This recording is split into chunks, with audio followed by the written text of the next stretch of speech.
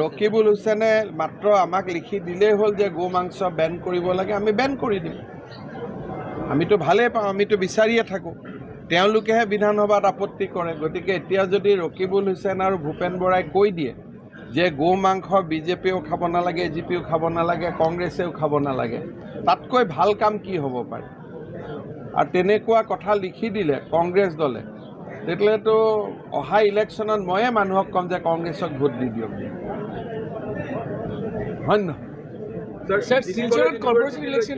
এই বছৰতে হৈ যাব, মানে before this financial year vice chancellor will be appointed. Sir, মণিপুৰত কাছাৰৰ এজন লোক নিখোঁজ হৈ আছে, এইটোলৈ কি মণিপুৰ গভৰ্ণমেণ্টৰ লগত আপোনাৰ কিবা আলোচনা? পুলিচে চাই আছে, কথা পাতি আছে ডিজিপি। অভিযোগ এটা আনিছে যে আপুনি 1.5 লাখ কোটি টকা লোনত লৈ আছে, য'ত নেকি ভগৱান, এই লোনটোতো মানে তেওঁক বহুতবাৰ বিধানসভাত বুজাই দিয়া হ'ল যে লোন কেতিয়া লয়, কেনেকৈ লয়। একেটা কথাকে বাৰে বাৰে কিমান বুজাই থাকিব? কিবা যদি মই বেয়া কাম কৰিলোহেঁতেন তেতিয়াহ'লেতো ভাৰতবৰ্ষৰ বাকী চৰকাৰৰ পৰা, দিল্লীৰ পৰা, ৰিজাৰ্ভ বেংকৰ পৰা কিবা এখন চিঠি আহিলেহেঁতেন, নহয়? হয় নহয়? আৰু কংগ্ৰেছ চৰকাৰবিলাকেতো আমাতকৈ বেছিয়ে লোন লয়। লোন লোৱাৰ নিয়ম আছে। 3% যিমান আপোনাৰ আয় হয় তাৰ 3% আপুনি লোন ল'ব পাৰে।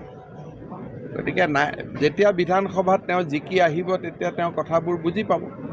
আঁচনি কেৱল বেনিফিচিয়াৰী আঁচনি বা অৰুণোদয় দিয়াৰ কাৰণে বোলে লোন লওঁ বুলি তেনেকুৱা তেওঁলোকে অৰুণোদয়টো নালাগে বুলি কৈ দিয়ক।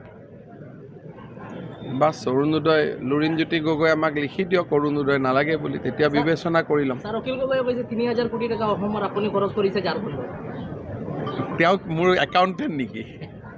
তেওঁ ইমান মোৰ ভিতৰুৱা কথা গম পায়, তেতিয়াহ'লেতো মানুহে তেওঁকে ডাউট কৰিব যে লগতে থাকে নেকি বুলি, যে ভিতৰুৱা কিবা গোপন বুজাবুজি আছে নেকি, হয় নহয়? আৰু এটা অভিযোগ উত্থাপিত হৈছে যে সংখ্যালঘু সমষ্টিবিলাকত বদৰুদ্দিন আজমলো যিহেতু এতিয়া প্ৰায় অস্তমিত হৈছে, গতিকে অখিল গগৈক বোলে আপুনি লগাই সেই সমষ্টিবিলাক দখল কৰাৰ এটা। অখিল গগৈক নাম মই লগাব পাৰোঁ নে কি কৰিব পাৰে? এইবিলাক চব তেওঁলোক একে আছে, এইটো প্ৰেছাৰ টেকটিছ হয়। কিন্তু বদৰুদ্দিন আজমেলৰ বিদায় হ'ল, কিন্তু আমি সংখ্যালঘু চিটতো আমিয়ে জিকোঁ আজিকালি। আমি লগাব কিয় লাগে? কৰিমগঞ্জটো আমিয়ে জিকিলোঁ, চামুগুৰিটো আমিয়ে জিকিলোঁ, আমি কাৰোবাক লগাব কিয় লাগে? এতিয়াতো ভোট আমিয়ে পাম।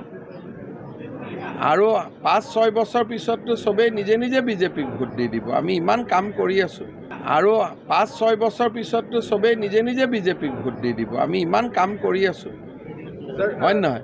আজি কোৰ্ট বিল্ডিংটো হ'ল, ইয়াতো সংখ্যালঘু আহিব, সংখ্যাগুৰু আহিব। ইমান কাম হৈ আছে, সকলোৱে আমাকে ভোট দিব 2 দিন পিছত। মানে 26ত সংখ্যালঘুৰ ভোট আপোনালোকৰ পক্ষত যাব? আমি খুজিব নালাগে, মানুহে নিজে দি দিয়ে। মইতো আৰু বাকচত উঠি ক'ব নোৱাৰোঁ যে আপুনি ভোটটো নিদিব বুলি, কিন্তু মই এটা কথা কওঁ যে বিজেপিৰ আদৰ্শক ভাল নাপায় যদি ভোট নিদিব। যদি আদৰ্শক ভাল পাই ভোট দিয়ে তেতিয়ানো মই কেনেকৈ মানা কৰিব পাৰোঁ? হ'ব,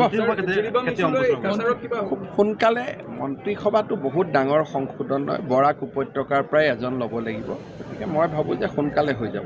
নামটো ক'ব নোৱাৰি নেকি? নামটো ক'লে আৰু বাকীকেইজনে বেয়া পাব, গতিকে একেলগে এদিনতে নামটো গম পাম। মই আৰু বৰাক উপত্যকাখনক আকৌ কেনেকৈ 3 ভাগ কৰোঁ? একেলগে আছে, আপোনালোক এখনেই জিলা আছিল, কাছাৰ জিলাই। গতিকে সদায় মানুহ ভাগ ভাগ কৰিব নালাগে, একেলগে থাকিব লাগে। যেতিয়া মোৰ দেউতাই ইয়াত কাম কৰিছিল কাছাৰ জিলা, হাইলাকান্দি, কৰিমগঞ্জ, শিলচৰ একেই। বৰাক উপত্যকাৰ মানুহ একেই মানুহ, আৰু তাক ভাগ ভাগ কিয় কৰি থাকিব লাগে? হ'ব। Will the Jiribam issue have an impact on the Assam? I think situation in Manipur will have definitely some impact in Assam. So we have deployed additional police forces in Barak Valley to see that nothing comes to Assam. এতিয়াতো commando আছে ইয়াতে। কমলক্ষ দেৰ ওপৰত প্ৰশ্ন হৈছিল, তেখেতে এতিয়া দলত যোগদান কৰা নাই, কিন্তু কৰিব লাহে লাহে। কেতিয়া দলত যোগদান কৰিব? তেওঁক সুধিব লাগিব, মই কেনেকৈ ক'ম। লক্ষীপুৰৰ মহকুমা ন্যায়িক আদালতৰ স্থায়ী ভৱন, গুৱাহাটী উচ্চ ন্যায়ালয়ৰ মুখ্য ন্যায়াধীশ ন্যায়মূৰ্তি বিজয় বিষ্ণয় ডাঙৰীয়া তেখেতে উদ্বোধন কৰিলে।